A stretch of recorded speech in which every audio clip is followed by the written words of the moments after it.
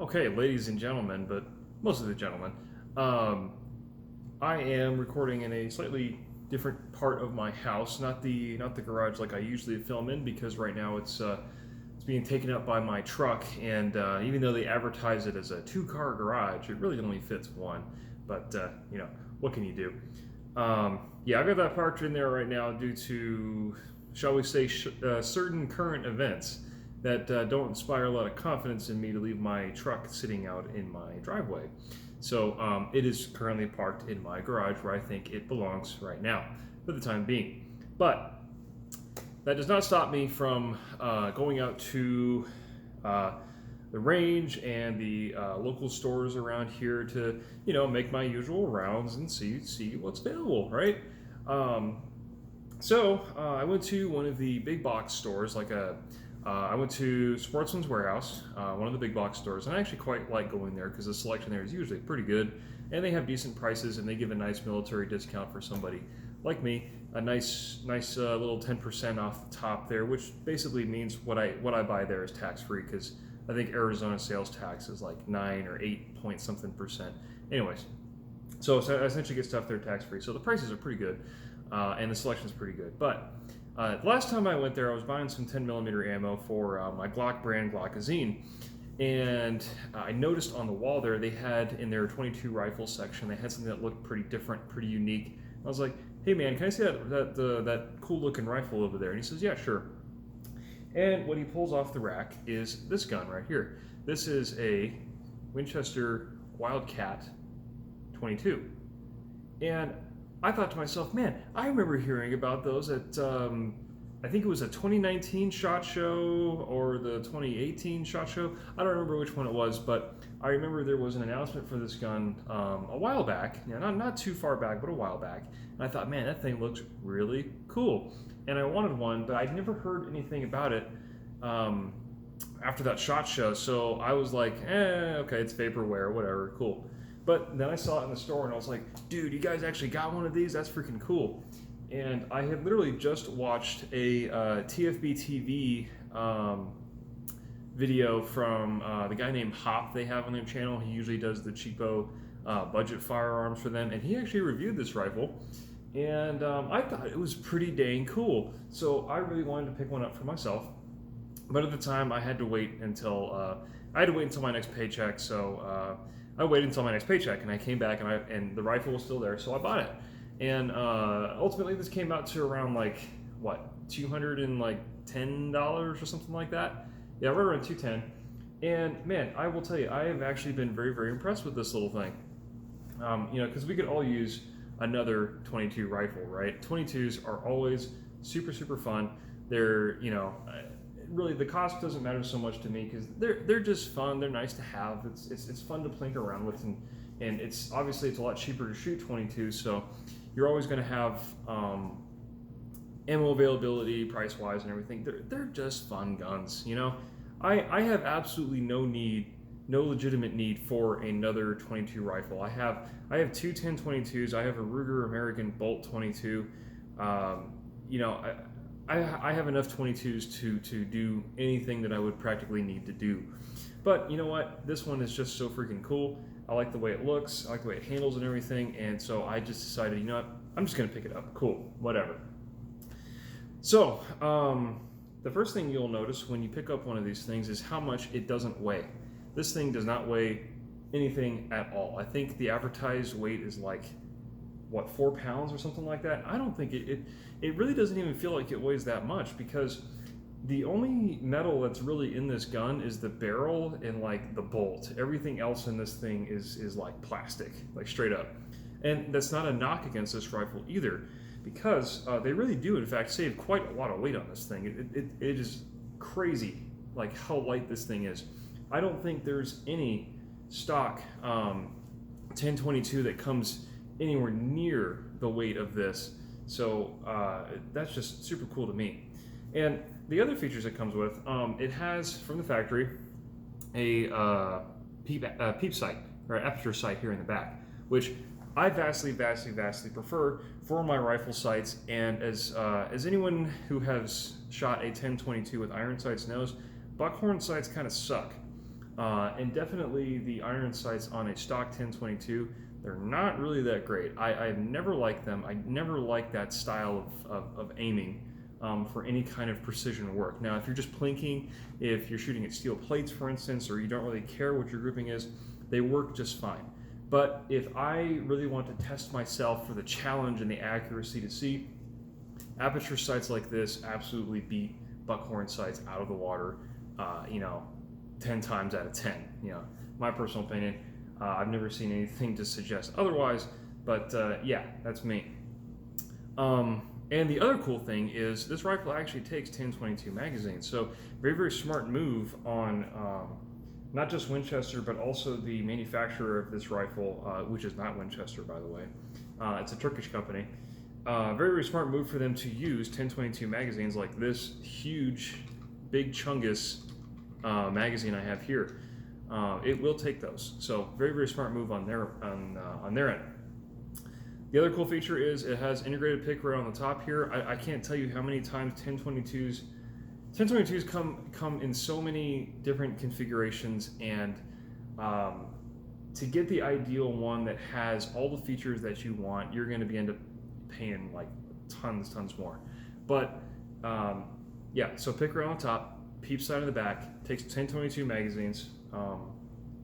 There's really not a whole lot to really detract from this rifle. My only complaint is that I really wish it had a threaded barrel.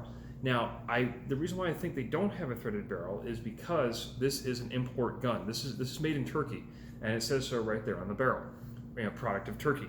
So I think in order to import these under our absolutely stupid and ludicrous United States import laws for weapons, having a threaded barrel, I believe, counts against them because it doesn't quote-unquote serve sporting purposes. So these are not threaded, at least right now anyways. Would it be very easy for a competent smith to thread the end of this? Absolutely. What you could do is you could just take this humongous front sight here and just shave it back a little bit, and then you could very, very easily thread this barrel, if you had a competent gunsmith to do so. Not hard at all, but to be honest, I really, really do prefer factory threading myself. Saves you time and money in the end. The other unique feature about this is the Winchester brand magazines, which look obviously very, very similar to a 1022 rotary mag, is they have a last round bolt hole open feature, which is something that you don't get on 1022s, which I sorely wish they had. And the way they accomplish that is there is, let's see if I can get something to point at this with. Here, I have a level.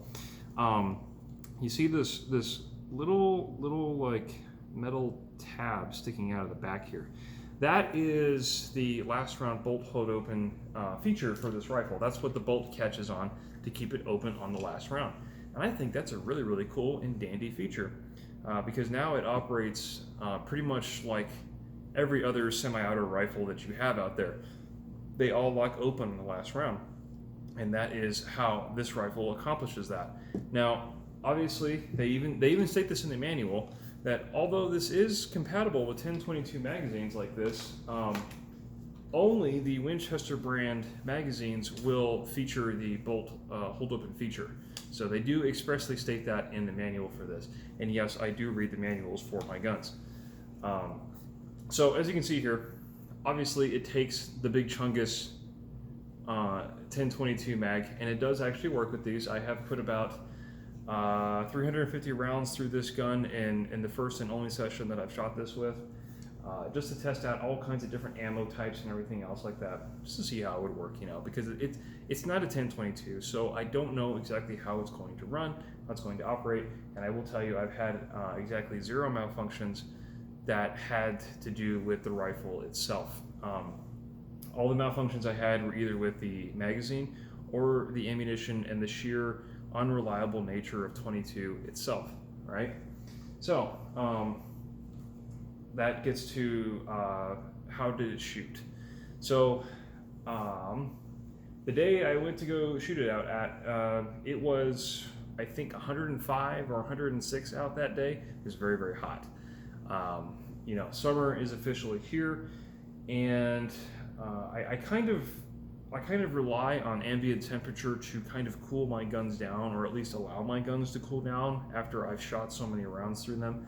And that is one thing actually that I noticed with this gun is it heats up very, very, very quickly. I put about 100 rounds through this nonstop, and at least as fast as I could load magazines and put it through this gun, and it heat up just super, super fast. Like, this barrel was too hot for me to touch. You could feel it actually through the polymer handguard here. You could feel it on the receiver and everything else. It was just getting really, really hot. And I was worried that that might affect the accuracy or the reliability, or, you know, having all of this plastic on this gun. Like, I was thinking, like, man, is this gonna melt something? Is it gonna warp the chassis around a little bit? Is it gonna make it, you know, shoot all over the place and do all kinds of weird things that thermodynamics like to do? You know, I just didn't have a whole lot of confidence in this thing being able to hold itself up under what I would consider above average heat. And I will say that it actually handled it pretty well. There was no noticeable shift in impact or point of impact, point of aim. No reliability issues. It was just a really, really hot gun, and it didn't cool down because, like I said, it was like 105 out that day. It was really hot. So even hit the table. Even this, just sitting on the bench with the bolt open, locked open, I mean, this thing was just really hot. And it didn't help the fact that it's, you know, black, gray, charcoal color. That didn't help either. It was hot, toasty. But I will say though, with these big mags here like this, the BX25s or even the BX15s, it's kind of inconvenient to operate this because the only magazine releases on this gun are the side mounts here. You have one on that side, and you got one over here, right? So what you do is you pull these tabs rearward like this, and it pops the magazine out. It's kind of awkward, to be honest, because when you're holding it like this and you come back with your other hand, you're kind of doing this, or should I do this, or should I use my other hand here? And it's very, very strange, because if you pull back here, that's going to happen. The magazine's just going to fall right out of it. And that's actually what happened to me at the range. This thing just went doosh. It just flew out of the gun, and I was like, oops, I dropped my magazine. But the other way is, you know, if it's locked in the gun, and that's the other thing too, there is no positive lockup for this. Like, when you put 1022 magazines in here, there's no like satisfying click to tell you like, yeah, it's locked in place. You really have to kind of, you get it in there and it's just kind of like, just kind of like, yeah, I'm in there, kind of, maybe. You kind of have to tug on it to make sure that it's in there right. I've had times where I put the mag in and it wasn't in all the way, and then I went to go shoot, and obviously it didn't chamber, or the magazine would just fall out of the gun. But anyway, the other way is if you approach it from the front here and you try to grab it, it kind of catches on itself again, and it's not very convenient at all. The other magazine release though is, well, you can't even see it with this end, is this red tab right here. So you pull this back and it operates the same lever mechanism that these tabs on the side do. So it works just fine with the 10-round magazines, but the extended ones like this, it really gets in the way, and it's kind of inconvenient. In that way, I really do prefer the 1022 design, where it has the flipper here in the back where you just pop it out like an AK. Super easy. So kind of a drag against this, but it's not a huge deal, honestly, at least to me. And really, to be honest, if it were up to me, I would rather just like order a ton of these Winchester magazines, because the last round hold open feature on this is just, it's really dandy. I really like it, because we've all been there before with the 1022 where you're bang, bang, bang, bang, banging away, and you weren't counting your rounds, and then you get to, you know, you're out of ammo, and then you hear the click and it doesn't fire, and you're like, oh, am I empty or not? And then you have to run the action, do the whole rigmarole, you know. And with this, there's no doubt. So, and by the way, reliability, I had absolutely zero issues with this magazine. So these are very well made. So, how did it shoot? So for shooting, I tested all kinds of ammo, because with 22, there's a ton of ammo for this stuff. Tons of different kinds, different loads, etc. And I tested it at 25 and 50 yards, and I did in fact have a 3-9 Leopold optic on this to test for accuracy. So I shot a very little amount, maybe like 100 rounds worth, through the peep sight just to see where it was on, and it was dead on at 25 yards, tearing out the center of the target, no problem. Put the optic on for accuracy testing, and the best accuracy I got out of this gun was actually a very surprising 1-inch group at 50 yards using Eley target ammo. So obviously Eley target ammo is kind of like the higher end stuff, and it's a lower velocity, but very high quality 22 target ammo. So the simple fact though that this $200 little target rifle, little 22 rifle with its plastic construction and Turkish manufacturer and all that stuff, very basic rifle, was able to achieve 1-inch group at 50 yards with like really nice target match ammo. That is very impressive to me, especially the fact that it came from a very hot gun. Because there's a lot of folks out there in the precision shooting community who will tell you that cold bore shots are the most important one. And this one was definitely not cold bore. This thing was smoking, man. It was hot. So the fact that it was able to do that at 50 yards, maybe it was a fluke, maybe it was just me, maybe I was having a really good day. I don't know. But the fact is, I know what I saw, and that is what I shot with this. And I was very impressed with the accuracy potential for this rifle. Now, is that to say that this thing will achieve 1-inch group at 50 yards with target match ammo every single time? Probably not. But the fact that it was able to at least do that once speaks to the inherent mechanical accuracy of this gun, which is quite surprising for its price point, I will say. So, very impressed with that. It really likes the Eley target match ammo, the CCI standard velocity, CCI mini mags, and also the Aguila sniper subsonic 60 grain rounds. Really likes those ammunition types. Shoots them very accurately out of this gun, and at least that's what this one likes in particular. And I was very happy with the accuracy results and potential of this rifle, despite the fact that overall the trigger in this is really not all that great. It's quite heavy when you compare it to even a stock 10-22. This trigger is like very heavy, but it breaks very cleanly. It's just the poundage for the trigger is going to be noticeably heavier than a 10-22. I would probably put it somewhere like the 6 to 5.5 pound trigger range, whereas a stock 10-22 will probably have somewhere like 5 or sub 5, and it does make a difference, at least for me anyways. I notice these kinds of things. So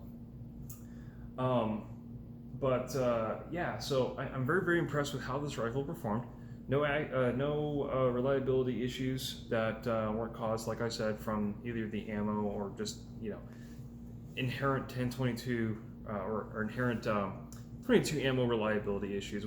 We're all familiar with that, so nothing I can really blame on the gun itself. Now, for takedown and cleaning, one of the novel features of this gun is its takedown is a little bit different.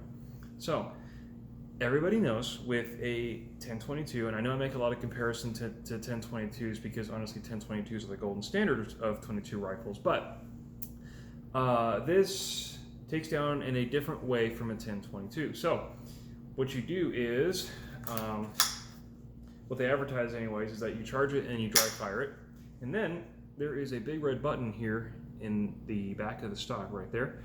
You push that in, and then what you can do is you would literally pull the entire action out of the gun, out of the bottom, just like that. And there you go. You have your gun that's basically field stripped. It's just that easy, right? And the advantage of this is you get the entire action, trigger pack, fire control group, bolt, everything right here in this big hunk of plastic. This thing is like 90% plastic, not even kidding you. And it might feel kind of chintzy, it might feel kind of cheap, it might feel kind of airsofty to you, but really all the important parts that matter are made out of metal. So that's just another way that they reduce weight on this. Now, the cool feature that I really liked about this is in the hollow space here, in the side of the receiver, you can see they have 2 Allen wrenches, right? Those Allen wrenches are for the for the rear side adjustment here, and also for another notch that's cut right here in the stock that you can remove the stock from the barreled receiver itself. So that's really pretty cool. It's kind of nifty. I don't know how often you're going to use that, but it's really, really nifty that they decided to use that empty space that would have been otherwise not used to put Allen wrenches in. I think that's pretty cool. So I'm not going to take the bolt out because really it's just, you just pull this back and you slide it out. I've already cleaned this thing. It's got a ton of oil on it, so I really don't want to mess with it. But the bolt slides out. And the really cool thing too about the charging handle is that this charging handle actually rotates. So you see how it's up right now, but when you put it back into the receiver, it actually rotates down just like that. So when you take the whole action out of the gun, the handle actually rotates out of the way. I think that is pretty dang cool, and a nice little piece of of pretty cool engineering there, to be honest. That's just cool to me. And then you have the receiver itself, nothing really crazy to go on about. But the reason why this matters so much is because you can swab from the back of the action. So at 1022, you always have to go in through the muzzle end.